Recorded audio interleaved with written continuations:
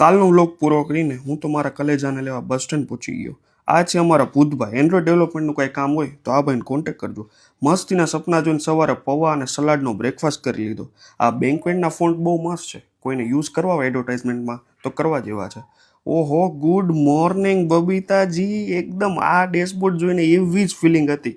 અને ક્લાયન્ટ અમારા એટલા બિઝી થઈ ગયા હતા કે મારો કોલ જ રિસીવ નહોતા કરતા. અને પછી હું માર્ટિનોઝ મવડીમાં દર્શિલભાઈને મળવા પહોંચી ગયો. એનું ક્લોઝિંગ કર્યું અને આ રિક્ષાવાળા ભાઈનું હાલી ગયું જો. ઓહો, જેમ્સ બોન્ડ રાજકોટમાં આવે છે શું? આ સાહેબ ગુલાવાલા પ્રત્યે આપણું માન જ અલગ છે. જોરદાર માર્કેટિંગ કરે છે આ ભાઈ. પછી હું પહોંચી ગયો આકાશભાઈ ત્યાં. અને આ ભાઈની સર્વિસ બહુ જ મસ્ત છે. તમે અહીંયા વિઝિટ કરશો એટલે તમને ખબર પડી જ જશે. ભાઈ જમતા જમતા તારક મહેતા તો જોવું જ પડે ભલે પછી તમે ગમે ત્યાં હોય.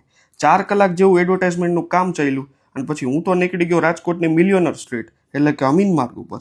વાહ, આ સ્કૂલમાં હું છે ને 9 થી 12 ભણ્યો છું. અને આ બિલ્ડિંગમાં ચોથા માળે રાઈટ સાઈડ અમારો ક્લાસ હતો. અને દિવ્યાંગ સર અમારા ક્લાસ ટીચર હતા. જતીન રૈયાણી, રક્ષિત ભાકર, અભિષેક ચોવટિયા, હર્ષ ઢોલરિયા, આ બધા અમારા ક્લાસમેટ હતા. અને ટાગોરના ગ્રાઉન્ડમાં ક્રિકેટ હોત એટલું રમતા અને લોકો અહીંયા બાજતા હોત એટલું. હો ભાઈ. અને આ બિલ્ડિંગ પાસેથી અમારી સોસાયટીના જે નીકળે ની ડાઉટ કરે આ તનિષવાળાનું હાલતું હશે કે નહીં. અને પેન્ટાલન્સવાળા તો ઉઠી જ ગયા છે. અને પછી હું અમારી સોસાયટીમાં પહોંચી ગયો. અને અમારા હોમ મિનિસ્ટર અને પ્રાઇમ મિનિસ્ટર બે રીલ્સ જોતા હતા. અને પછી પપ્પાએ કુમારને ફોન કર્યો કારણ કે દીદી અને જીજુ એર ઇન્ડિયાની ફ્લાઇટમાં હજી બેસતા જ હતા.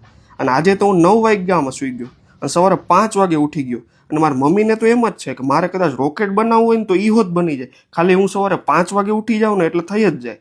તો ચાલો મળી નેક્સ્ટ વ્લોગમાં. જય શ્રી કૃષ્ણ.